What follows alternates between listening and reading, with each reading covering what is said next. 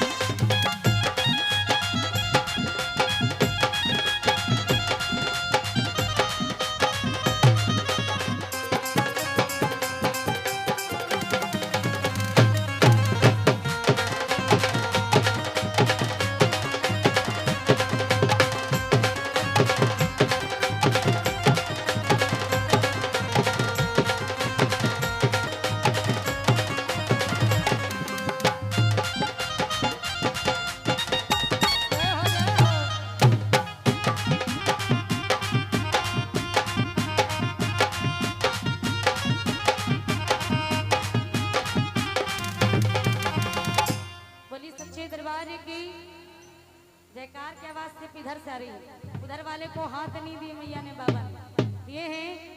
अब मुझे देखना है कि लेडीज में ज्यादा दम है कि लेडास में दम, ठीक है? एक बार जितनी भी माताएं बहनें यहाँ बैठी है दोनों हाथ उठाएंगे। क्या बात है, इधर से सब मोबाइल में व्यस्त है, छोड़ दीजिए चाची जी आज मोबाइल। एक बार दोनों हाथ उठा के सभी कोई आज झूम के ताली बजा के कि ले जाता बाड़ा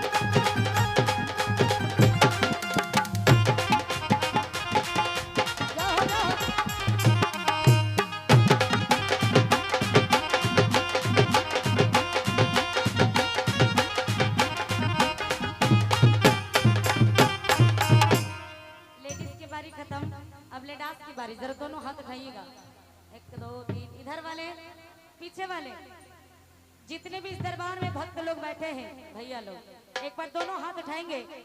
एक बार बाबा भोले की कसम, एक बार अपने अपने जगह पे खड़े हो जाइए। तो एक बार उठिए, बहुत देर से बैठे हैं। हो जाइए भैया जी, गमछा वाला भैया, वो एक बार उठ के हाजिरी लगाइए, फिर बैठ जाइएगा। इधर से जितने इस दरबार में जेंट्स भैया लोग हैं, एक बार खड़े हो जाइए सारे लोग। पीछे से भी, पीछे वाले मुझे दिख नहीं रहे, लेकिन फिर भी खड़े हो जाइए। एक बार सभी हाजिरी लगा लीजिए, दोनों हाथ उठाते हुए, और कहेंगे बाबा भोले से कि चढ़ी जन्ना साथ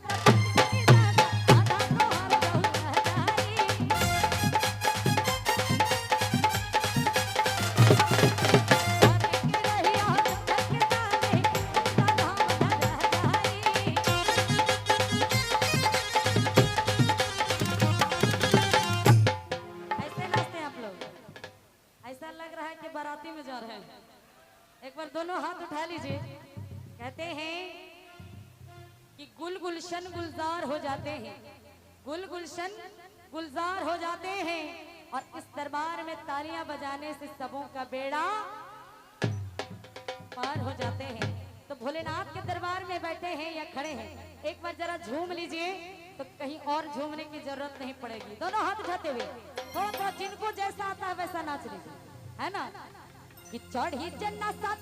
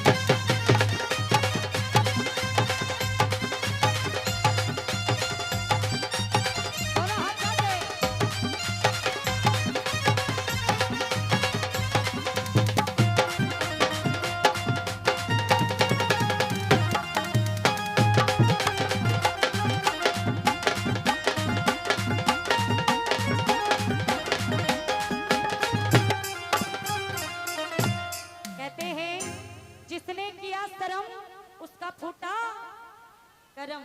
इतना सुंदर आप लोग खड़े होके झूम लिए, नाच लीजिए। एक बार लेडीज लोग जरा दोनों हाथ उठा लीजिए, तो उठा लीजिए सभी। इधर से माताएं बहनें, बाप रे बाप, लगता है क्या कि 4-5 दिन से आप लोग सोए नहीं हैं, बिल्कुल थके हुए हैं। बताइए, आज तो शुरुआत है। एक बार दोनों हाथ उठा लीजिए सभी कोई, आज झूम के एक बार स्वर्ण देवी मैया के लिए खड़े हो जाइए। तो एक बार सारी लेडीज लोग खड़े होइए, उठ जाइए। नाचना नहीं है, खाली खड़ा हो जाइए। क्या बात है, सभी खड़े हो जाइए, एक बार हाजिरी लगा लीजिए। सभी उठिए। चाची जी उधर से, हाय रे हाय, अभी अगर शादी ब्याह रहता तो बिना बोले उठ के झूमती और नाचती है कि नहीं? नाचती है कि नहीं? शादी ब्याह में नाचते हैं ना। एक बार दोनों हाथ खोल दीजिए, और सीढ़ी भी नहीं बना इधर, नहीं तो मैं वहां चली जाती। एक बार दोनों हाथ खोलिए और झूम के ताली बजा के महामाई को, बाबा भोले को मनाएंगे। कैसे? कि ले जा तो बड़ा हो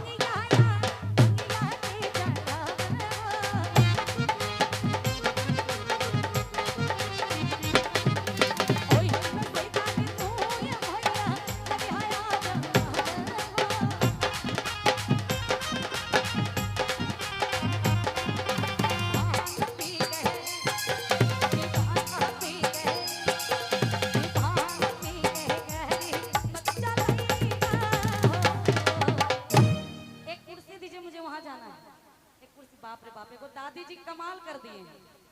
बताइए, उतना उम्र में उनका दांत भी नहीं है, फिर भी इतना सुंदर नाच रही हैं, आप सबों को हरा दिए हैं। एक बार म्यूजिक बजेगा सिर्फ 1 1 2 3 4।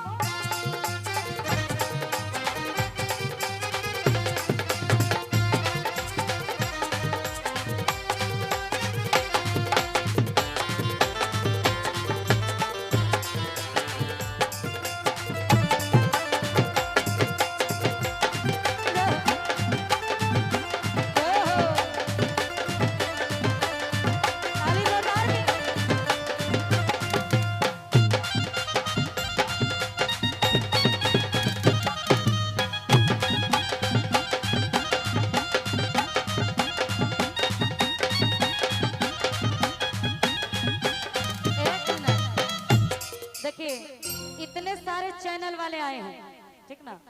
बहुत लकी हैं आप लोग, क्योंकि इन लोगों को फोन करके भी बुलाने से बोलते हैं फुर्सत नहीं, आज बिना बोले इतने लोग आए हैं। एक बार इन सबों के लिए जोरदार की ताली हो जाए।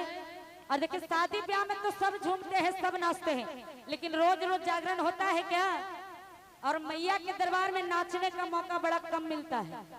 ठीक है, मैं चाहती हूँ एक बार सभी कोई दोनों हाथ उठा लीजिए, जितनी लेडीज लोग उठाइए, और बार बार कहा कि जिसने किया शर्म उसका फूटा करम। इसलिए शर्माना नहीं है, जिसको जैसा आता है झूम लीजिए, ये मैया का दरबार है। सभी को एक साथ